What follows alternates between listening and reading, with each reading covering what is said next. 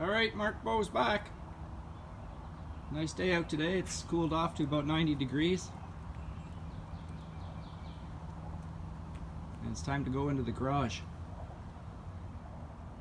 Little update here. I want to show you something.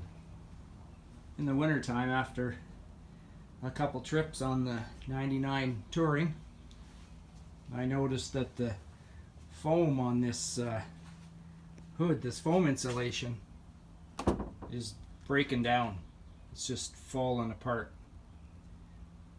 So the worst of it was down near the battery. I guess a little bit, maybe battery acid had got on there over the years and rotted it.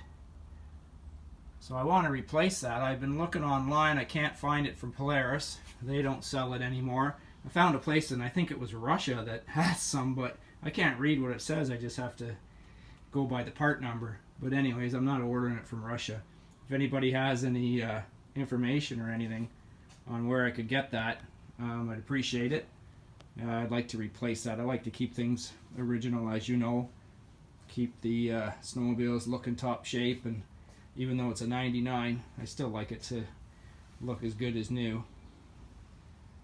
So anyways, over to the Vector.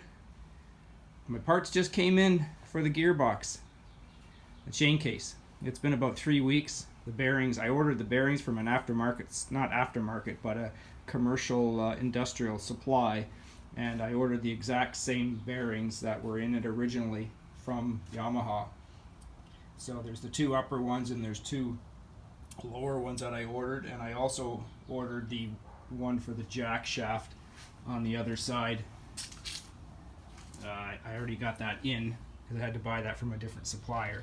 They're very hard to get, so if you're working on your Vector, that one there, the blue with the blue seal on it, if you're working on your Vector and you can't find parts, it's hard to get. I think I was about $75 for that one on the far side, but I found a supplier and got it for $25, and it's a KYB. I think they're made in the States, the bearings, but the other ones are Koyo, and they're made in Japan.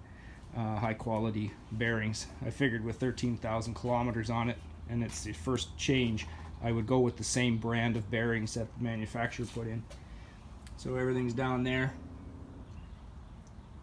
all ready to be put back together. It's all cleaned. I'll do a little video on the assembly. There's a few tips that I want to show you when the time comes. I'm not going to do the whole assembly because it's pretty straightforward, but there's a few things you need to watch out for and be careful of. Okay guys, July 4th today. Happy July 4th down in the States there to all my buddies that watch the channel, and Canada Day here on the 1st.